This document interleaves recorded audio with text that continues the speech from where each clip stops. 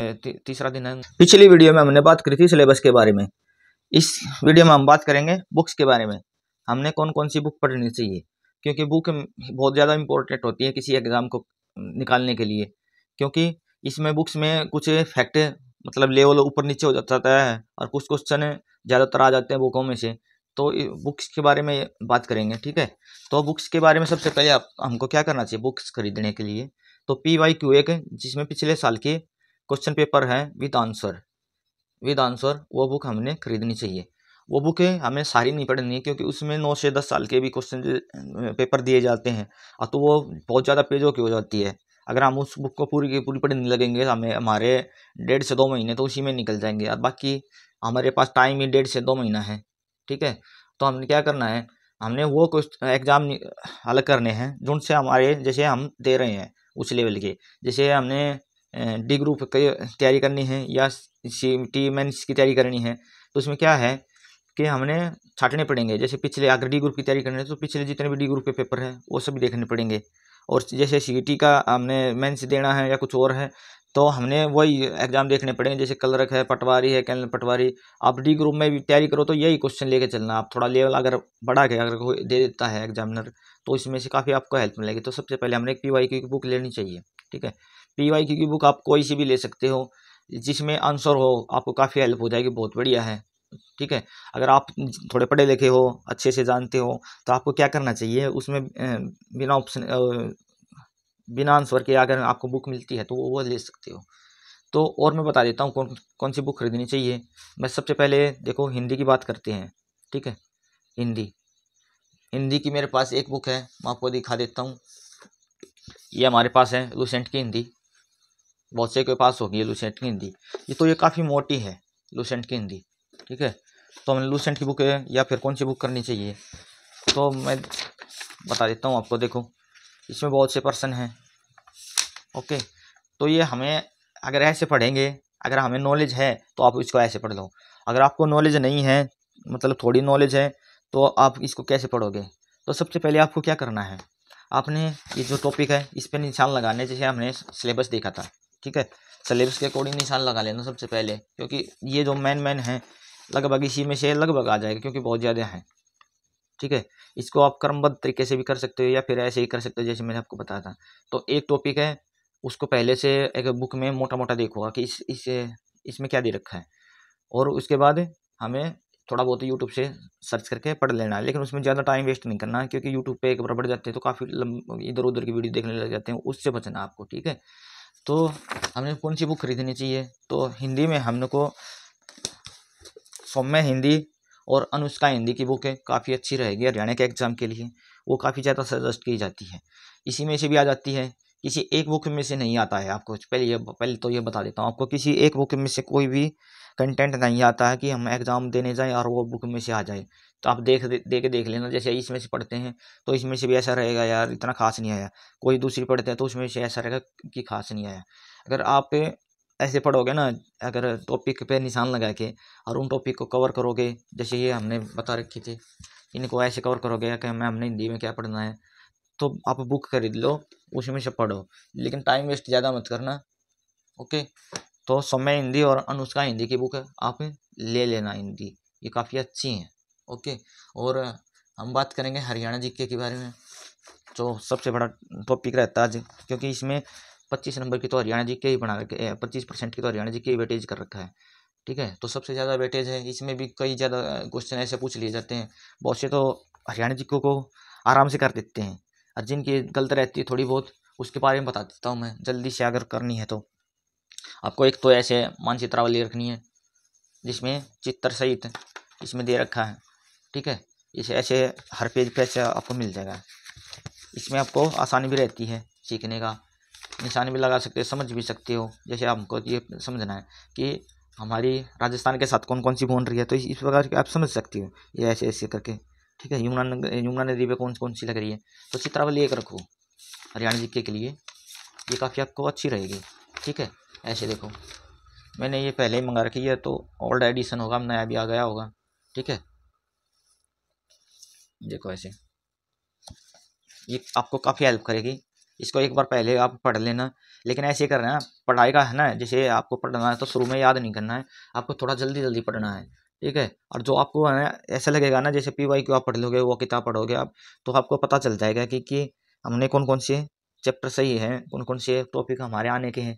तो उसमें ऐसे थोड़ा जल्दी ही रखना और निशान लगाते चले जाना। उसको एक बार समझ के थोड़ा जल्दी से पढ़ के उसको निशान लगा के फिर दो बुक को जो निशान लगा उनको याद करना है, ठीक है। तो हमें एक चित्रावली को रखनी है जिसमें चित्र में आते हैं। और एक हम वैसे अगर हम लेते हैं कोई किताब सीधा जीके की, तो देखो मैं 7 एडिशन की थी है, मेरे पास ये विद्यापीठ टाइम की थी, ये भी काफ़ी थोड़ी मोटी बुक है, ठीक है।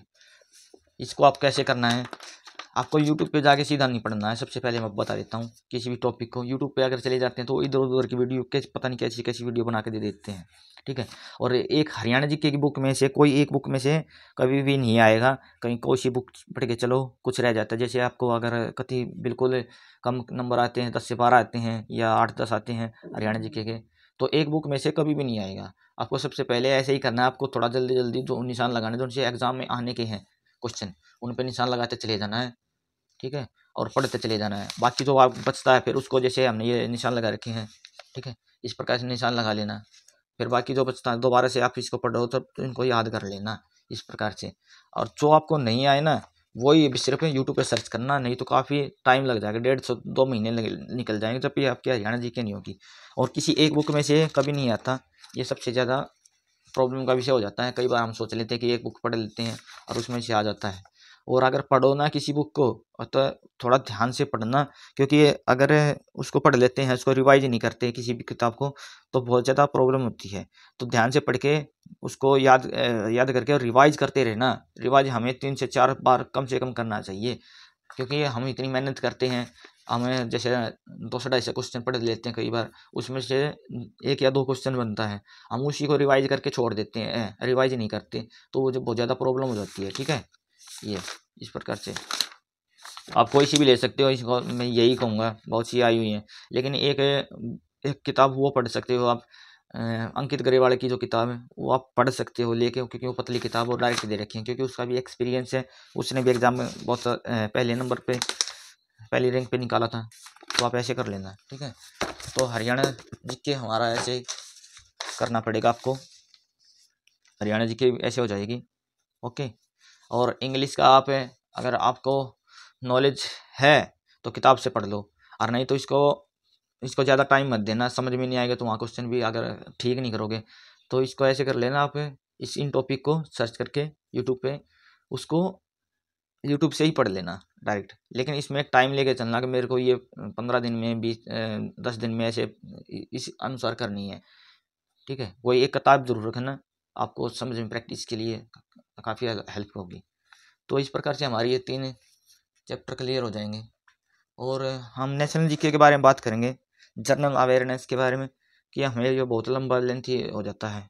तो इस प्रकार से क्या करना है, जैसे आप ये लूसेंट दे रखी है, ठीक है, इसमें दे रखी है लूसेंट, तो जीके के बारे में, जनरल अवेयरनेस के बारे में हम क्या बात करेंगे, इसमें कवर कर रखा है, नहीं तो ये लूसेंट की है, आपको दिखा देता हूँ, ठीक है। इसको अगर जिसको समझ में आता है, जो पहले जीके पढ़ रखी है, वही जीके का निकाल लेता है, इसका कोई सॉल्यूशन इतना ज़्यादा है नहीं।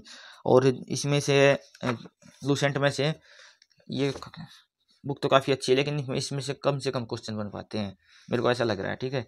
आप ये भी पढ़ सकते हो, निशान लगा लेना। और आप और कोई सी बुक भी लेके कर सकते हो, लेकिन इसमें बहुत ज़्यादा सिलेबस होता है, वो कहीं से भी पूछ लेते हैं, अपने जैसे अपने दिमाग से बना के पूछ लेते हैं किसी के बारे में, तो ये आप नहीं कवर कर पाओगे, और इसमें से इतना ज़्यादा सिलेबस आता भी नहीं है, ठीक है। तो आप कोई किताब पढ़ लेना जीके की, तो ऐसे ही लूसेंट की, ठीक है। हमारे पास ये हो जाती हैं, 4 हो जाती हैं।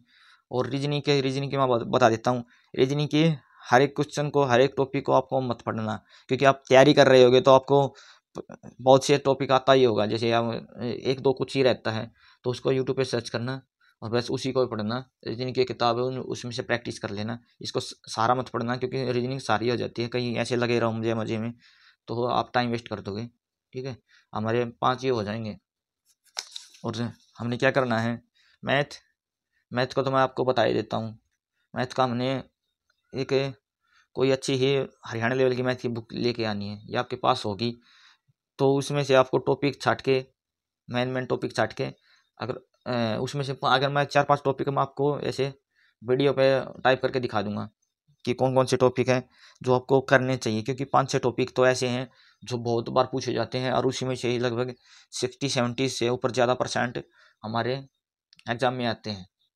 ओके, तो मैं आपको 5 टॉपिक बता दूंगा। जैसे इसमें दे रखे हैं प्रॉफिट एंड लॉस दे रखे हैं, ठीक है, परसेंटेज दे रखे हैं, और सिंपल एंड कंपाउंड इंटरेस्ट दे रखे हैं, और मिक्सचर एलिगेशन दे रखे हैं, टाइम एंड वर्क दे रखे हैं। इस प्रकार से ये दे रखे हैं, और रेसो के दे रखे हैं।